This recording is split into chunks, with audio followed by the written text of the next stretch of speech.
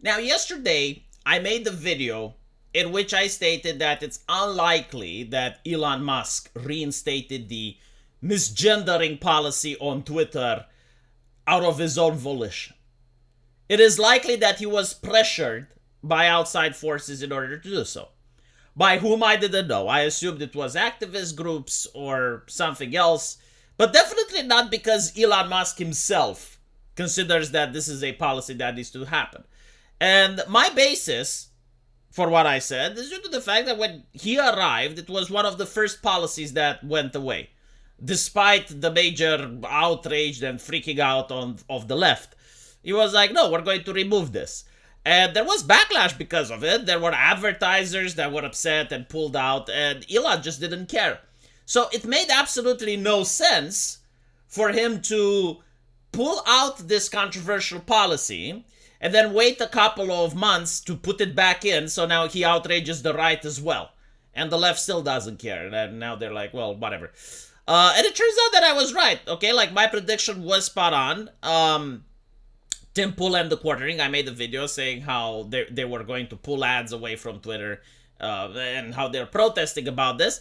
And Elon Musk actually responded to them, right? And this is something that I appreciate. Like, think whatever you want about Elon Musk, but the fact that he actually engages with the community is a lot more than any other social media platforms do. Like, I don't know if the Twitch CEO engages with Twitch streamers, or if the YouTube CEO ever engages with YouTubers. I mean, there was like the thing where Susan Wojcicki would every now and then come to a YouTuber's platform and talk, but like, the new CEO doesn't do that, does he? Elon Musk actually does talk to people. Like, if you have a problem, if you have a grievance and you tweet at him, and it manages to get a significant number of views, he will actually respond. So he did respond to Tim Pool and the Quartering. And he basically said that the reason for this new misgendering policy is due to a law that has passed in Brazil. So Brazilian judges are forcing social media in order to have this policy. However, as you could see, Musk made it more difficult for the policy to be implemented in the fact that it has to be the victim of the misgendering that files the complaint. So you can't file this particular complaint on behalf of someone else. And it also has to be in Brazil. So basically, it has to be a Brazilian misgenderer, right? So if you're in Brazil, blame the government. Don't blame Elon Musk. That's what he is basically saying. I do find it very interesting, right? Like, all these laws in order to accommodate transgender people. Like, my question is, if you're a trans person, where would you want to live?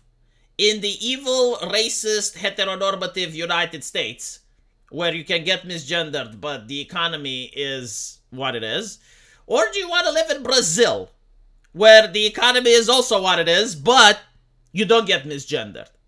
Right? Like, to me, all of these frivolous laws, and it's like, oh, how can we hate, how can we manipulate speech? How can we control what people think? And we're really concerned, like, what if they don't actually believe? And, you know, like, we should get social media involved and make sure that people speak the correct speech. And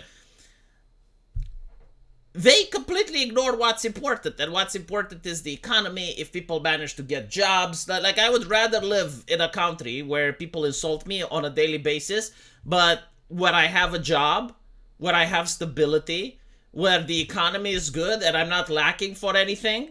I would rather live in that country, you know? Even if all the people are assholes, I wouldn't care.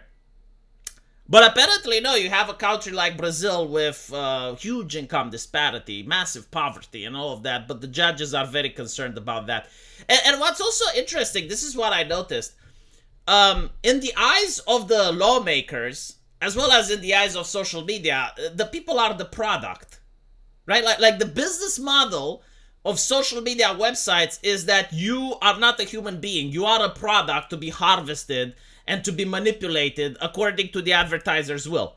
Because you have like NGOs, like the ADL, as we saw with Twitter, and many others, that are pressuring advertisers. Like, they will actually say, you know, if you advertise on this platform, we're going to label you as anti-Semitic or whatever. So advertisers listen.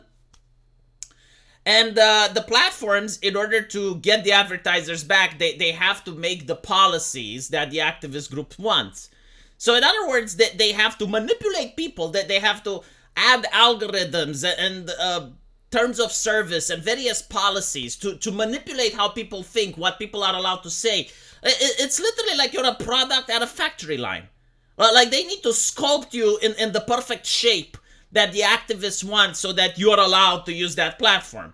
And of course, you have to use a platform if you're in a first world country, right? Because if you want to get a job, most employers are going to look at your social media, they're going to look at your Facebook, at your likes, at all of that stuff, right? So you can't really afford to lose your accounts from these social media websites. So most people have to play ball. And you remember what happened during the pandemic? Like many people had different takes.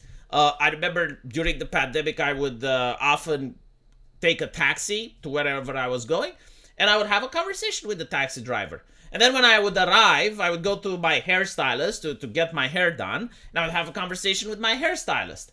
And every one of those, on every single sentence that I would ask them about the pandemic or the vaccines, everything they said would have been a violation of terms of service on social media.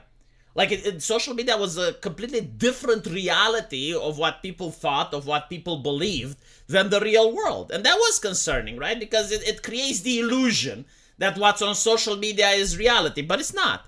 It's not, especially when you look at the previous British elections where Labour lost dramatically.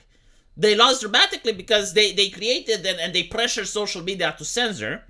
So they lived on social media and they didn't understand what the electorate actually wants and what they actually think. So they were completely taken by surprise when they noticed, hold on a little bit, we're not getting the results we thought because all of the people that we banned, oh, they still have a right to vote. That's right. Oh, shit. But yeah, no, like this is the mentality of politicians right now. They realize that if they control social media to the fact that, historically speaking, there have never been more human beings online than there have ever been in the past. By controlling what social media allows, and it influences and it social engineers what people can think. And it is very concerning. I don't know what the solution is to this, but definitely it's a different style of authoritarianism. And it's such a new style that the previous generations didn't even think. I mean, they couldn't know.